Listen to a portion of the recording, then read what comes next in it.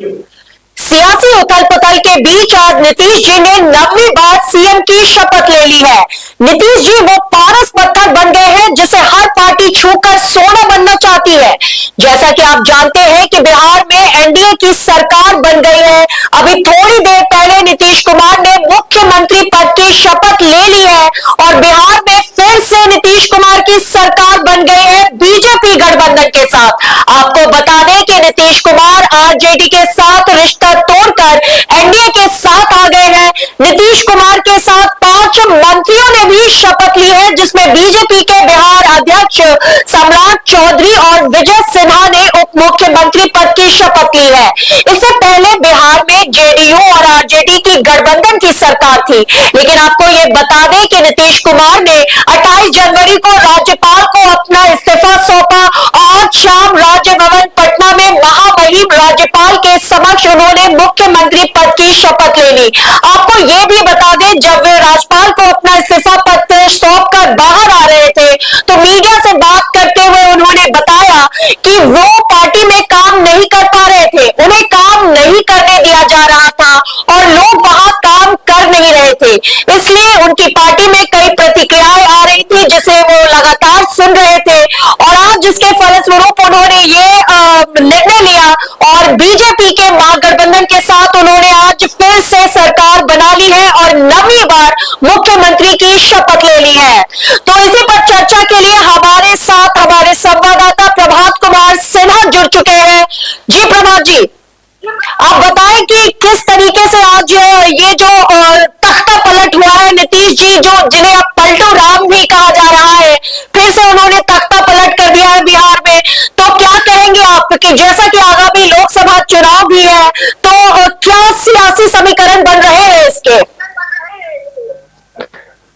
देखिए, सियासी समीकरण ये बन रहे हैं कि 2000 ये जो लोकसभा चुनाव आने वाला है 2024 का, इसी को देखते हुए इन्होंने पलटी मारी है।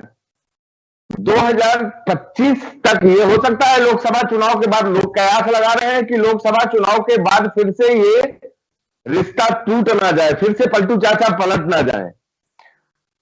जातीय समीकरण देखिए बहुत बढ़िया बना है। सम्राट चौधरी जो है वो कुशवाहा समाज से आते हैं, नीतीश को खुद समाज से है। विजय कुमार सिन्हा को उप मुख्यमंत्री बनाया गया है, वो भूमिहार समाज से आते हैं और पार्टी में टूट ना हो एनडीए में, इसके चलते हमको भी एक दिया गया है, जीतन राम मांझी के बेटे को भी कैबिनेट में जगह और एक निर्दलीय विधायक है सुमित सिंह जो जमुई जिले के चकाई विधानसभा के एकमात्र बिहार के निर्दलीय विधायक हैं, उनको भी जगह दिया गया है। लोकसभा चुनाव इस बार 40 के 40 सीट पर कब्जा करने के लिए एनडीए ने भी अपने बाहें फैला दी और नीतीश कुमार उनके गोद में जाके बैठ गए। जी, लेकिन कहीं ना कहीं जो सुशासन की ने कहा जाता है कि उन्होंने सुशासन की सरकार चलाई और उनकी जो नीतियां रही, जिस तरीके से उन्होंने बिहार की छवि बदली, तो इसका भी कहीं बहुत बड़ा रोल रहा है कि 9वीं बार वो सीएम बन रहे हैं और बीजेपी भी उन्हें छोड़ना नहीं चाह रही थी।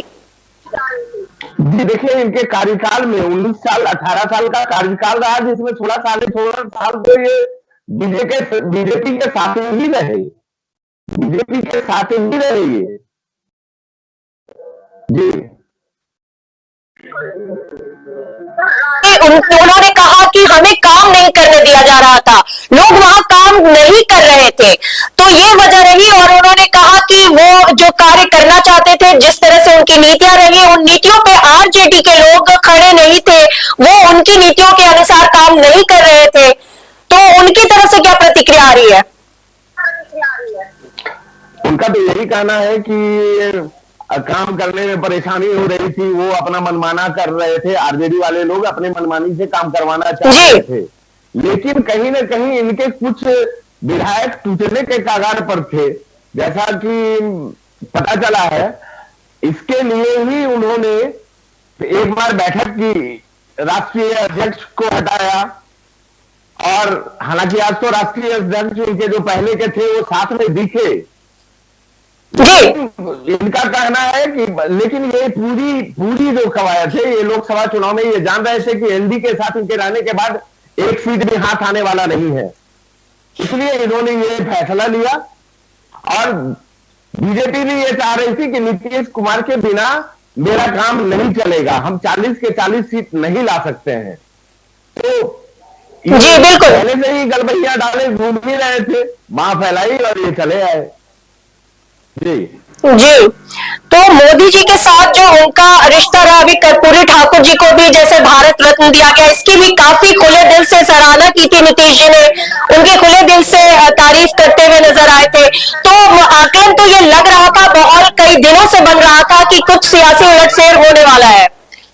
तो काफी दिनों से मुझे लगता है इसकी तैयारी चल रही थी, और बीजेपी किसी भी कीमत पे आगामी लोकसभा चुनाव को देखते हुए, 2024 के चुनाव को देखते हुए वे नीतीश जी का साथ छोड़ना नहीं चाह रहे थे। वो भी चाह रहे थे किसी तरह से नीतीश जी वापस आ जाए खेमे में, और नीतीश जी की घर वापसी हो गई, ऐसा कहा जा रहा है बीजेपी की तरफ से, अपने घर लौट आए वो। जी शासन में 16 साल तो ये बीजेपी के साथ रहे, इन्होंने खुद भी मैं जहां था वहां आ गया जी जो आईएनडी इंडी की जो गठबंधन महागठबंधन था, ममता बनर्जी का वहां ये हुआ, और उसके बाद फिर इन्होंने पहले ही आंकड़ा लगा लिया, ये पहले ही मौसम वैज्ञानिक भी है।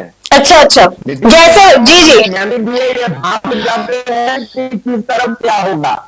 जी तो इन्होंने इसलिए पहले से ही मन बना लिया था कि बाला बदल लेंगे। कर्पूरी ठाकुर को भारत रत्न मिला, जिसके चलते उनके समाज के लोग बिल्कुल 30% वो और अदर समाज के लोग आते हैं, उनका वोट पाना था।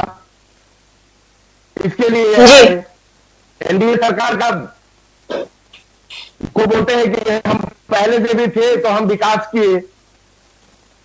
जी चलिए, बहुत जी बिल्कुल आ रही है आपकी आवाज। और इसी तरह से तो वहां माहौल जो है, लेकिन जो बिहार की जनता है उनकी क्या प्रतिक्रिया है, उनकी प्रतिक्रिया बताएं। वो क्या नवी बार नीतीश जी को फिर से सीएम देखकर वो उत्साहित है? देखिए, इसका कहना अभी कुछ जल्दीबाजी होगा, क्योंकि राजद जो है अब वो तो कह रहे हैं कि खेला अभी शुरू होने वाला है, और राजद इस चीज को लेकर के जनता के बीच में जाएंगे। जनता के बीच में अच्छी खासी नाराजगी भी है, अच्छी खासी, क्योंकि उनको वोट मिला था इस बार, साथ में वो लड़े थे चुनाव इनके अकेले। सॉरी, आवाज जा रही है? हाँ, तो ये तो तेजस्वी यादव ने कहा है कि इस बार हम इस सीट को लेकर जनता में जाएंगे और जनता जवाब देगी। जी चलिए देखते हैं, सियासी खेल एक बार फिर शुरू हो चुका है बिहार में, और आगामी लोकसभा चुनाव को देखते हुए बीजेपी ने ये बहुत बड़ा कदम उठाया है। और नीतीश जी की घर वापसी को लेकर वो भी चाह रहे थे कि नीतीश जी की घर वापसी हो, ताकि लोकसभा चुनाव में उन्हें बल मिल जाए और बिहार का जो वोट है वो उनको पूरी तरह, बिहार में उनको सीटें बहुमत मिले। तो मुझे लगता है ये उस और एक बहुत बड़ा कदम उन्होंने ले लिया है, और आप इसका जो फल है वो आगे आने वाले चुनाव में इसका पूरी तरह से इसका परिणाम देखने को मिलेगा। धन्यवाद, बहुत बहुत धन्यवाद प्रभात जी हमारे साथ जुड़ने के लिए और तमाम जानकारी साझा करने के लिए। धन्यवाद जी। तो जैसा कि हमने देखा कि नीतीश जी ने आज एक बार फिर बिहार की सीएम की शपथ ले ली, नवी बार वो सीएम बन चुके हैं। तो इसके साथ ही 2 डिप्टी सीएम भी बनाए गए हैं। तो हम देखते हैं कि जातीय आंकड़े को भी अगर देखा जाए तो वहां जातीय समीकरण बन रहे हैं, जिस हिसाब से वहां जो मंत्रिमंडल पद की शपथ दिलाई गई है जिन मंत्रियों को। तो आपको बता दें कि बीजेपी ने कुर्मी के 2 मंत्री, भूमिहार जाति के 2, राजपूत जाति से 1 और यादव जाति से 1 मंत्री बनाया है। इसके अलावा पिछड़ा, अति पिछड़ा और महादलित से भी 1-1 मंत्री बनाए जा रहे हैं। बिहार की राजनीति में कास्ट की बहुत अहमियत रही है। तो अब यह तय हो गया है कि नीतीश कुमार पाला बदलकर बीजेपी के साथ तो सरकार बना ही ली है, और बिहार में सरकार में जाति आधारित जो समीकरण है उसको साधने की जो तैयारी थी वो भी पूरी कर ली गई है। और एक बार जो है नवी बार सीएम का ताज बोझ नीतीश कुमार के सर पर सट चुका है। धन्यवाद। तो तमाम राजनीतिक चर्चाओं के लिए देखते रहे देश का नंबर 1 न्यूज चैनल प्रजातंत्र टीवी।